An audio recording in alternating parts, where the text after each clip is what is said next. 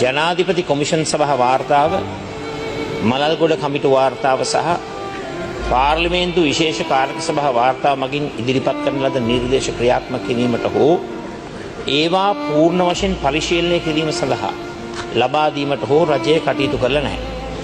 දැන් වර්තමාන ජනාධිපතිතුමා විවෘතවම කියලා තියෙනවා ජාත්‍යන්තර පාර්ශ්වයන් සම්බන්ධ කරගෙන පරීක්ෂණයක් කරනවා කියලා.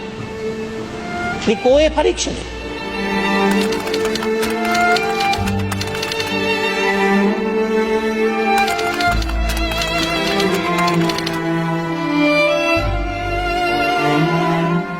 විශේෂයෙන්ම අලුත් ජනාධිපතිවරයා වශයෙන් තේරීපත් වීමෙන් පසු මාස දෙකක් ඇතුළත 1948 අංක 17 දරන පරීක්ෂණ කොමිෂන් සභා පනත යටතේ දේශීය හා විදේශීය සමාජිකින් 7 දෙනක් 9 දෙනෙකුගේ අතර ප්‍රමාණයක සමන්විත වූ කොමිෂන් සභාවක් අපි පත් කරනවා. කොමිෂන් සභාව ස්ථාපිත කිරීමෙන් සති 6ක් ඇතුළත ඒ හා සමග එක්ව කටයුතු කිරීමට ස්කොට්ලන්ඩ් යාඩ් සහ FBI ඇතුළු විදේශ ඔත්තු සහ ආරක්ෂක ඒජන්සි සමග දේශීය ආරක්ෂක සහ බුද්ධ්‍යංශ වලින් සමන්විත ස්ථිර විමර්ශන කාර්යාලයක් පිහිටවන්නට අපි කටයුතු කරනවා.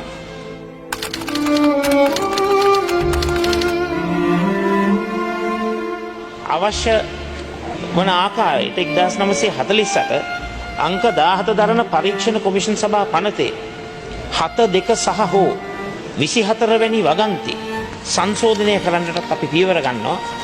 ඒ වගේම ඉහත කී වැරදි සම්බන්ධයෙන් අධිචෝදනා ලැබ සිටින පුද්ගලයන් සම්බන්ධයෙන් කරුණු විභාග කර තීන්දුව ලබා දීම සඳහා ස්ථිර මහාධිකරණයක් පිහිටවනු ලබනවා.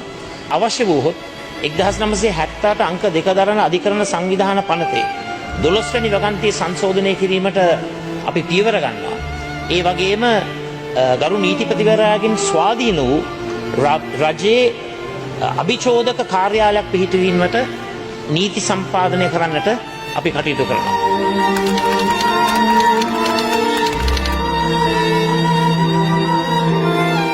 දැනට සමගි ජන බලවේගයෙන් අපිට යම්කිසි ලියවිල්ලක් එවලා තියෙනවා මේ ඒගොල්ලෝ යම් විදියකින් බලයට පැමිණුනොත් මෙන්න මේ දේවල් කරනවා කියලා ලියවිල්ලක් අපිට බාර දෙන්නට කටයුතු කරලා තියෙනවා.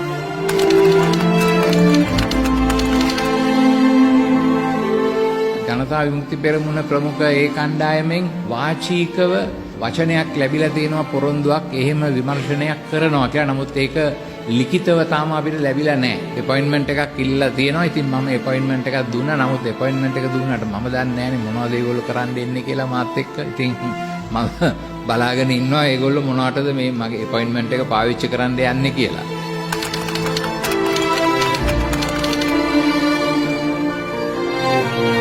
මේ විහිළු කතා හින්දා හිත රිද්ද ගන්න වෙලා තියෙන්නේ මේ පාස්කු ප්‍රහාරයේ යුක්තිය හොයාගෙන යන්න නියම ක්‍රමවේදයක් නැති හින්දා.